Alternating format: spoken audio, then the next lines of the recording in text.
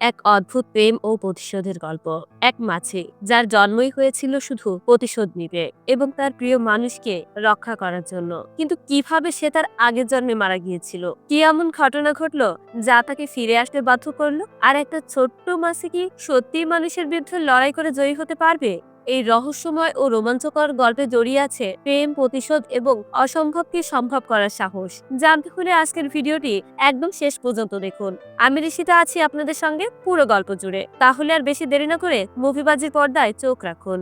গল্পের শুরুতেই ধনী প্রভাবশালী একজন ব্যক্তিকে দেখানো হয়। এনার নাম সুদীপ। সুদীপ কনস্ট্রাকশনের মালিক, যেখানে সে বন্দুক ফায়ারিং এর প্র্যাকটিস করছিল। এরপর একজন মাইক্রো আর্টিস্ট বিন্দুকে দেখানো হয়, যে ক্ষুদ্র ক্ষুদ্র আকারে যে কোনো জিনিস খুব সুন্দরভাবে তৈরি করতে পারে। সে একটা হার্টের লকেট তৈরি করছিল, কিন্তু এটা তৈরি করে সে পুরোপুরি স্যাটিসফ্যাকশন পায় না, কারণ তার মনে হচ্ছিল এটার ভিতর হয়তো কোনো না কোনো কমতি আছে। ঠিক তখনই কারেন্ট চলে যায়, তবুও সে তার কাজ থামায় না। সে চাঁদের আলোতে খুব কষ্ট করে তার কাজটা করতে থাকে। এরপর দেখা যায় জার্নিকে। অন্ধকারে বিন্দুর কাজ করতে পারছে না দেখে ডিস এন্জিনিয়ারের ছাতাতে সিলভারের পেপার এবং লাইট লাগিয়ে বিন্দুর ঘর আলোকিত করে দেয়। আর এই আলোতেই বিন্দু তার কাজ খুব ভালোভাবে করতে পারে। এখানে বিন্দু জানে জার্নি তাকে অনেক পছন্দ করে, বিন্দুও তাকে পছন্দ করে। তবে বিন্দুর তাকে তার পিছন পিছন ঘোরাতে বেশ ভালো লাগে। প্রতিটা মেয়েই যেমনটা চায় আর কি, তার পিছনে তার প্রিয় মানুষটা ঘুরঘুর করে ঘুরুক। এসব কিছুর সাথে সাথে বিন্দু বাচ্চাদের একটা অর্গানাইজেশনও চালাতো, যার জন্য অনেক টাকার ডোনেশন প্রয়োজন হতো। প্রতি মাসে জার্নি বিন্দুর অর্গানাইজেশনে গিয়ে ডোনেশনের টাকা দিত। সেখানে তাদের দুজনে খুব ভালো বন্ডিং তৈরি হয়। একদিন বিন্দুকে সুদীপ কনস্ট্রাকশনের সুদীপের সঙ্গে দেখা করে অর্গানাইজেশনের ডোনেশনের ব্যাপারে কথা বলতে পাঠানো হয়। সুদীপ কখনো কারোর সঙ্গে দেখা করতে রাজি হতো না, কিন্তু তার অফিসে বিন্দুকে দরজার ফাঁক থেকে দেখেই তার অনেক ভালো লেগে যায়, যার কারণে সে বিন্দুর সাথে কথা বলার জন্য তাকে ভিতরে ডেকে পাঠায়। এবং বিন্দুর সঙ্গে কথা বলার পর সুদীপ বিন্দুর অর্গানাইজেশনের জন্য 15 লাখ টাকা ডোনেশন করে, আর বিন্দুকে কাছে পাওয়ার লোভে তার অর্গানাইজেশনে যুক্ত হয়ে যায়। পরদিন সুদীপ আর বিন্দু একটা রেস্টুরেন্টে বসে কফি খাচ্ছিল। সুদীপ তার শয়তানি বুদ্ধি দিয়ে বিন্দুকে পটানোর চেষ্টা করে, কিন্তু সেখানে জার্নি থাকার কারণে সুদীপ তেমন একটা সুবিধা করতে পারে না, কারণ বিন্দু সুদীপের কোনো কথাই পাত্তা দিচ্ছিল না। সে সব সময় শুধু আড়ালে জার্নিকে দেখে যাচ্ছিল।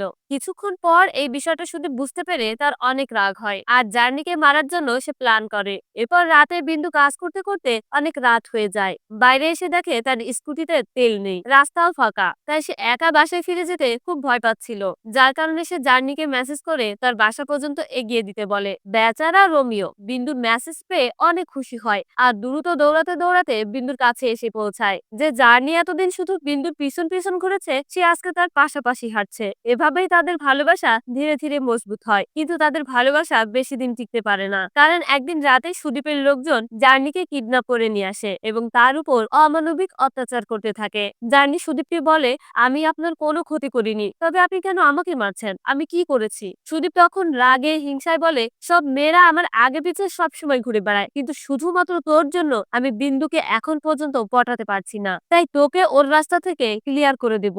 বিন্দু শুধুমাত্র আমার হবে। এসব কথা শোনার পর জার্নির অনেক রেগে যায়, আর সুদীপকে বলে, তুই কোনোদিনও বিন্দুর কাছে যেতে পারবি না। আমি বেঁচে থাকতে কোনোদিনও তোকে বিন্দুর কাছে যেতে দেব না। ওর কাছে গেলে তোকে আমি শেষ করে ফেলবো। জার্নির এসব বড় বড় কথা শুনে সুদীপ অনেক রেগে যায়। সুদীপের পা দিয়ে তার গলায় পাড়া দিয়ে তাকে সেখানেই মেরে ফেলে। পরদিন সকালবেলায় রাস্তায় জার্নির মৃতদেহ পড়ে থাকতে দেখে বিন্দু ভেতর থেকে অনেক ভেঙে পড়ে। সে কোনো মতেই তার চলে যাওয়া যেন মেনে নিতে পারছিল না। এভাবেই কেটে যায় 10টা দিন। তখন একটা মাছির লাভা দেখতে পাওয়া যায়, যেখান থেকে একটা মাছি বের হয়ে আসে। এই মাছিটা মূলত জার্নি, কারণ সে মরে যাওয়ার পর তার আত্মা নর্দমায় পড়ে থাকা মাছির লাভার ভিতর ঢুকে গিয়েছিল।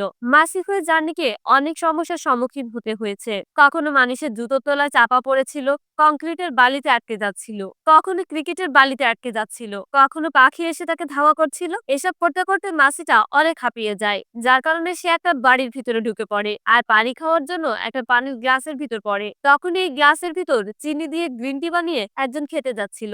তখন তার ফোনের কল আসতেই সে কিছুক্ষণ থেমে যায়। তখন মাসিটা তার সামনে সুদীপকে দেখতে পায় আর তার আগের জন্মের সব পুরনো কথাগুলো মনে পড়ে যায়। সে সুদীপকে দেখা মাত্রই চিনে ফেলে তার চিরশত্রুকে, কিভাবে সুদীপ তাকে নির্মমভাবে মেরে ফেলেছিল। জার্নি তখনই সুদীপকে মারতে চায়, কিন্তু কিছুক্ষণ পরই তার বিন্দুর কথা মনে পড়ে যায়। তাই সে উঠতে উঠতে দ্রুত বিন্দুর কাছে চলে আসে। সেখানে গিয়ে দেখে বিন্দু খুব মন খারাপ করে তার লকেট নিয়ে বসে আছে। সে অনেকক্ষণ ধরে বিন্দুকে তার কথা বোঝানোর চেষ্টা করে, কিন্তু বিন্দু একটা মানুষ হয়ে মাসির কথা কি করে বুঝবে বলুন? সেটা তো বিন্দুর পক্ষে সম্ভব ছিল না। আর বিন্দু এই মাসিটাকে তেমন একটা লক্ষ্যই করে না। তারপর বিন্দু তার অফিসে এসে কাজ করছে।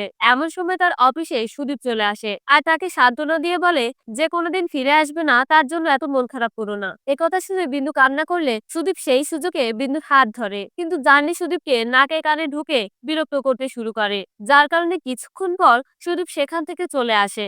এরপর সুদীপ যখন তার বাড়িতে হোমস্টে ছিল, তখন জার্নি তাকে মারার একটা সুযোগ পেয়ে যায়, কারণ সুদীপের হাত পা সব একটা কাঠের বক্সের ভিতরে ছিল, শুধুমাত্র তার মাথাটাই বাইরে ছিল।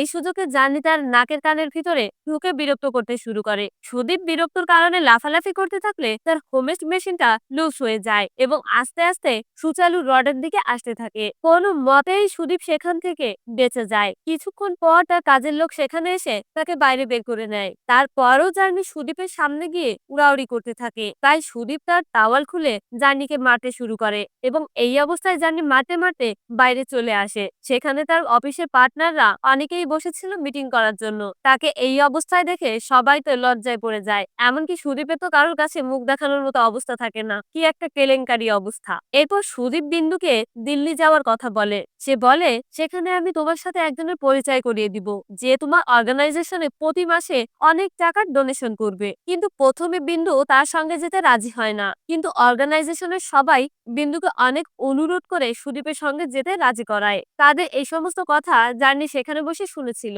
তারপর রাতে সুদীপ ঘুমানোর সময় জার্নি তার নাক মুখের উপর বসতে থাকে, এমনকি কানের ভিতরে গিয়েও তাকে বিচ্ছিরি রকম বিরক্ত করতে শুরু করে আর তার ঘুমের পুরো 12টা বাজিয়ে দেয়। ধরুন তো, আপনার সামনে একটা মাছি যদি ঘুরতে থাকে তাহলে আপনার কতটা বিরক্ত লাগবে। ঠিক তেমনটাই হয়েছে সুদীপের সাথে। সে যেখানেই যায় জার্নিও সেখানে গিয়ে তাকে বিরক্ত করে। এক পর্যায়ে সুদীপ বাধ্য হয়ে বিছানার চাদর নিজের শরীরে পেঁচিয়ে ঘুমিয়ে পড়ে। পরদিন সকালে তার ঘুম ভাঙে বিন্দুর কল পেয়ে, কারণ বিন্দুর সাথে সুদীপের দিল্লি যাওয়ার কথা ছিল। তাই সুদীপ দ্রুত রেডি হয়ে এয়ারপোর্টে যাওয়ার জন্য বেরিয়ে পড়ে, কিন্তু রাস্তায় সে ট্রাফিক জ্যামে ফেসে যায়। তখন বিন্দুর কল করলে সে বলে ফ্লাইট আসতে লেট হবে, তুমি সাবধানে এসো। তখনও জার্নি সুদীপের গাড়িতে ছিল। তাদের কথা জানতে পেরে জার্নি গিয়ে ট্রাফিক পুলিশকে বিরক্ত করতে শুরু করে। যখন ট্রাফিক পুলিশ মাসিটাকে তাড়ানোর জন্য হাত নাড়ায়, সেখানে সব ড্রাইভার মনে করে এটা হয়তো গ্রিন সিগন্যাল।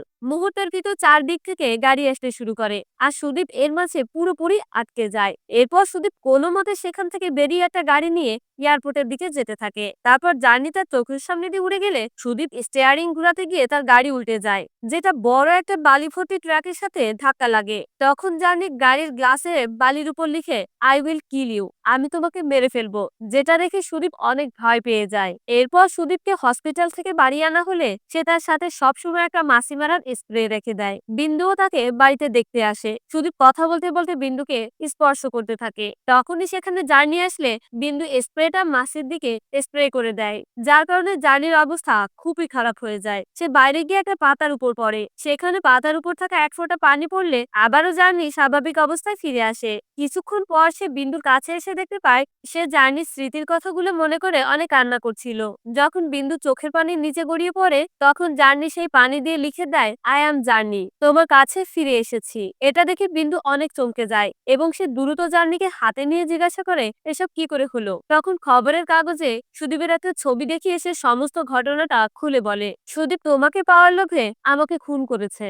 বিন্দু জার্নির কাছে সুদীপের আসল চেহারা জানতে পারে। তারপর তারা দুজন মিলে সুদীপকে মারার প্ল্যান করে। এরপর বিন্দু জার্নির জন্য একটা মাস্ক ও গ্লাভস বানিয়ে দেয়, যেটা দিয়ে সে ওই স্প্রে থেকে নিজেকে রক্ষা করতে পারবে। তারপর থেকেই জার্নি সুদীপের জীবনটা তছনছ করে দিতে শুরু করে। কখনো সে সিগারেটের আগুন দিয়ে তার ঘরেই আগুন ধরিয়ে দেয়, কখনো কারেন্ট শক দেয়। এসব করতে গিয়ে জার্নি সেখানে একটা কামান দেখতে পায়। এটা এসে সে বিন্দুকেও বলে দেয়। তারপর থেকে বিন্দু ছোট্ট একটা ঝুড়িতে একটু একটু করে বারুদ ভরে দেয় এবং সেই বারুদ একে একে জার্নি এনে কামানের ভিতর ফেলতে থাকে, যাতে এক পর্যায়ে তারা সুদীপকে মেরে ফেলতে পারে, কিন্তু একদিন একজন কামানের ভিতর টিস্যু পেপার দিয়ে দেয়, যার কারণে জার্নি সেই কামানের ভিতর আর বারুদ রাখতে পারে না। তাদের সমস্ত প্ল্যান নষ্ট হয়ে যায়। এদিকে জার্নি বিন্দুর সাথে বসে কফি খাচ্ছিল, অন্যদিকে সুদীপ মাসির থেকে বাঁচার জন্য তার সমস্ত বাড়িতে কাচের গ্লাস দিয়ে ঘিরে দেয়, যাতে কোনো প্রকার মশা মাছি যেন তার বাড়ির ভিতর ঢুকতে না পারে। সেই সাথে বাড়ির চারপাশে সিসি ক্যামেরা লাগিয়ে দেয়, আর বাড়িতে বেশ বড় বড় এলইডি টিভিও রাখে, কখন কোথায় কি হচ্ছে সেটা দেখার জন্য। তবে এই ঘটনাটা জানার পর বাহানা করে বিন্দু সুদীপের বাড়িতে আসে। সুযোগ বুঝে সে একটা কয়েন দিয়ে জানালার গ্লাসের স্ক্রু খুলে দেয়, যাতে সেটা দিয়ে জার্নি খুব সহজেই ভিতরে আসতে পারে। কিছুক্ষণ পর সেই ফুটো দিয়ে জার্নি ভিতরে চলে আসে, আর সুদীপ যখন বিন্দুকে খুব খারাপভাবে স্পর্শ করতে শুরু করে, তখন জার্নি এসে তার পিঠে আঁচড় দিয়ে রক্তাক্ত করে দিতে থাকে। এরপর সুদীপ বাহানা করে জোর করে বিন্দুকে বাড়ির বাইরে পাঠিয়ে দেয়, আর মাসিটাকে খুঁজতে শুরু করে, কিন্তু মাসি সেই ফুটো দিয়ে আবারও বাইরে বেরিয়ে যায়। তো যাই হোক, সুদীপ মাসির উপর এতটাই বিরক্ত হয়েছিল যে সে মিটিং রুমে মাথায় হেলমেট পরে আসতো। মিটিং এ কথা বলার সময় সে মূল কথা রেখে মাসি মারার কথা বলতে শুরু করে। তার কথা শুনে বাকি সবাই হাসাহাসি করে। এমন সময় মাসি গিয়ে উড়ে একটা টাক লোকের মাথার উপরে বসে। এটা দেখে সুদীপ ওই মাথার পেছনে গিয়ে একটা থাপ্পড় মারে, আর মাসি উড়ে গিয়ে আর একজন বয়স্ক ভদ্রলোকের মাথায় বসে। সুদীপ গিয়ে তার মাথায় ফুলের টব ভেঙে দেয়, আর তার এসব পাগলামি দেখে সবাই বিরক্ত হয়ে মিটিং রুম থেকে বেরিয়ে যায়। সবাই তাকে এক পর্যায়ে পাগল মনে করতে থাকে। এরপর ইনকাম ট্যাক্স অফিস থেকে ফোন করে রেড দিতে বলে। তো এই কথা শুনে সুদীপ লকার থেকে টাকা বের করার জন্য যায়। পিন নাম্বার দেওয়ার সময় সেখানে জার্নি চলে আসে, আর তাকে মারতে গেলে পাসওয়ার্ডে ভুল হয়ে যায়। এতে করে পুরো সিস্টেমটাই লক হয়ে যায়। তখন সুদীপ কি করবে কোনো উপায় না পেয়ে সুদীপ সেটাকে ভাঙার জন্য ওয়ার্লিং নিয়ে আসে। মাসি বিরক্ত করার কারণে সে মাসিকে মারতে ব্যস্ত হয়ে পড়ে, আর সেই ওয়ার্লিংটার আগুন সেখানে পড়ে সেটার আগুন সিন্ধুক ভেদ করে ভিতরে চলে যায়। ভিতরে সমস্ত টাকা পয়সা পুড়ে মুহূর্তের ভিতর ছাই হয়ে যায়। এই সমস্ত কিছু সুদীপ সহ্য করতে না পেরে এক তান্ত্রিকের কাছে আসে, আর তান্ত্রিক সুদীপকে সেখানে নিয়ে যায় যেখানে সে জার্নিকে মেরেছিল। এতে করে সুদীপ বুঝে যায় মাসিটাই জার্নি, সে তার মৃত্যুর বদলা নিতে আবারও ফিরে এসেছে। তারপর জার্নিকে মারার জন্য হোম যজ্ঞ করা হয়, তার পিছনে দুইটা পাখি লেলিয়ে দেওয়া হয়। এই পাখি দুটো এসে জার্নিকে মারার চেষ্টা করে। জার্নিও কম নয়, এই পাখি দুইটাকে তার পিছন অনেকটা দূর করায়। একটা পাখিকে বিদ্যুতের শব্দে মেরে ফেলে, আর একটা পাখিকে পাইপের ভিতরে আটকে ফেলে। এরপর সুদীপ ভাবতে থাকে সারা বাড়ি কাজ দিয়ে আটকে দেওয়ার পরও কি করে মাসি ভিতরে এলো। তখন সে সিসি ক্যামেরার ফুটেজ চেক করলে দেখতে পায় বিন্দু একটা কয়েন দিয়ে জানালার স্ক্রু খুলে দিয়েছিল, আর সেই ফুঁকো দিয়েই মাসি ভিতরে এসেছে। সে বুঝে যায় বিন্দুই মাসিটাকে সব সময় সাহায্য করছিল।